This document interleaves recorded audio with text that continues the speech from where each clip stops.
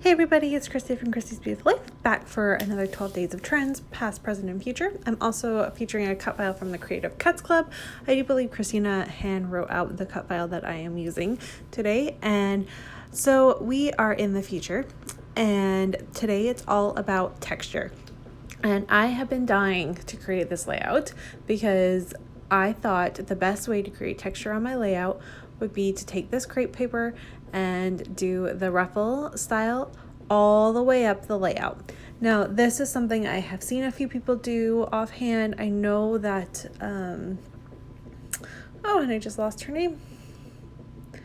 It'll come to me. She's got beautiful short brown hair and she lives in Prince Edward Island and she's Canadian and she's awesome, and I can't think of who I'm trying to say. Kat Martin, that's what I was trying to think of. So I know that Kat has done this type of layout before in her trip for London, and she did kind of the same idea using all of the white crepe paper. However, I'm gonna kick it up just a little notch because I don't just want to highlight the fact that I've made texture with this paper, but I want to highlight all the different layers, and I decided to do that by adding some watercolor.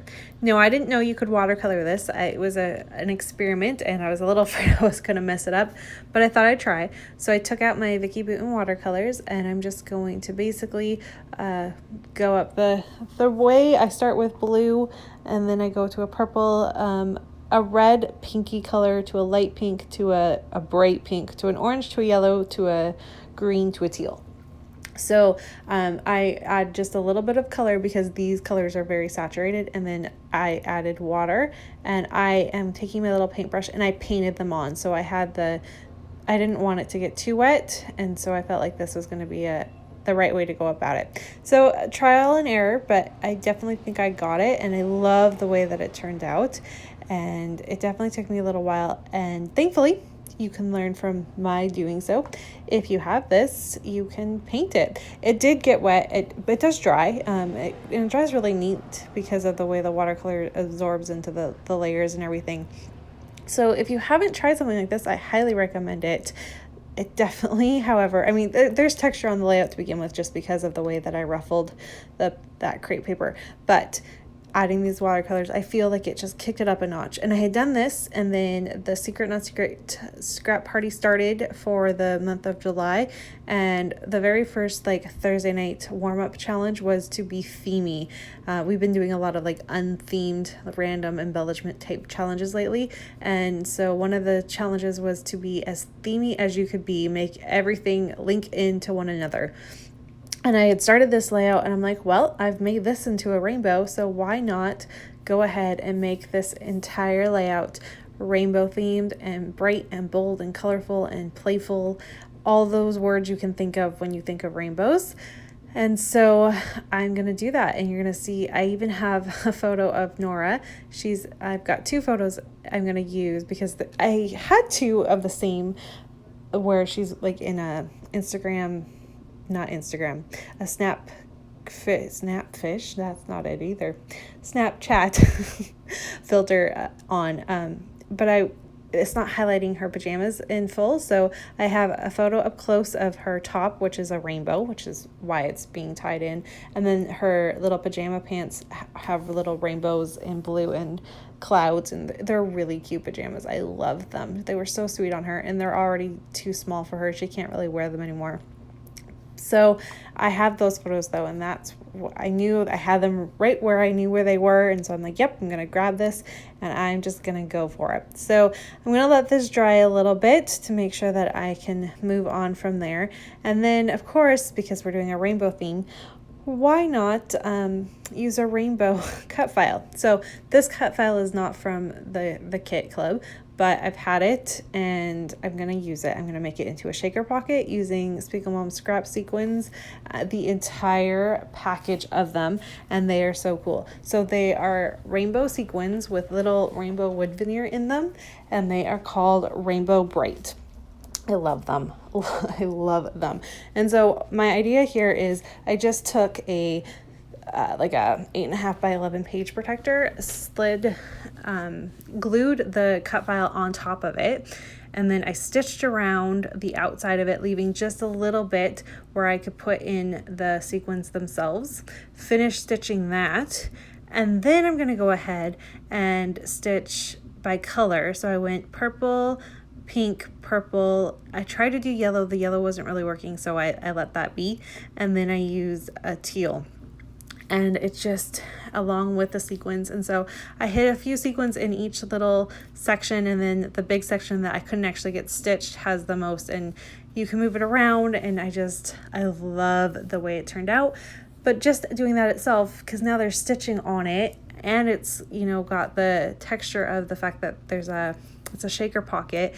So I have texture on top of texture on top of texture here, and I love it. And I felt if I'm gonna go for this theme, I'm really gonna go for it, and I think I did the job here. So you can see those are the colors I'm thinking about using there. It took me a little while to go about it, but really happy with the way it turned out. I'm not gonna do anything to the word play. I liked it on the purple, like it stands out, and I really love it. I went into my little rainbow box of goodies, like embellishments, pulled out all the ones I thought were gonna work. I tried to pull out all the actual rainbows so I could really highlight this theme. I'm gonna use this, that is from a Paige Evans collection somewhere along the lines. I've kind of been hoarding it. It's rainbow though to my eye, and so I'm gonna use that to highlight the photo of Nora. She's sweeping the couch for me. This photo was actually taken the day before I went in to give birth to Barrett, and she was helping me clean. But it really highlights her little pajama pants, so I'm deciding to use that. They're not the best photos ever, but they definitely highlight her cute little pajamas. And I know I'm covering up the photo of her with her pajamas and the rainbow shirt itself, but when the layout's finished, you can see it. I've untucked it just enough so that you can see it a little bit better. Yes, I love it. And I'm going to use this little Hey Sunshine that is from Maggie Holmes. I believe that is from the Willow Lane collection, and most of my other embellishments do come from there because I found the word magic and I'm like, oh, that's Willow Lane. So I dug out all of it and just used it to finish highlighting my layout with the little bits of embellishment. So I'm really digging it. I'm thinking I'm done. I decided to add 2 more kind of finishing touches to really finish it off, and I'm really proud of the way this layout turns out. So if you haven't given it a shot, definitely create a layout with as much texture as you think you can handle, and I hope you enjoyed this. Be sure that you hop on over and check out Daisy's layout, and her idea is really cool, so you definitely want to check it out. She is not afraid of texture and height, and like she will make a layout not fit into a page protector and not care. So this is up her alley for sure. Make sure you go check hers out. And I really had fun. Let me know what you think about this, if this is something you would do, or if it's too much. Like, is that too much? Do you like to have your page be more flat so you can fit more layouts in an album? I'd love to know your take on that. And you're gonna just see me finish up here. I did get that little panda on there and I loved it. I think this fits the theme for rainbows. What do you think?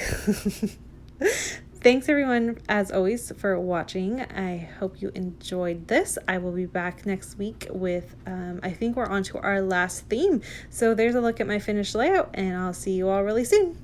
Bye.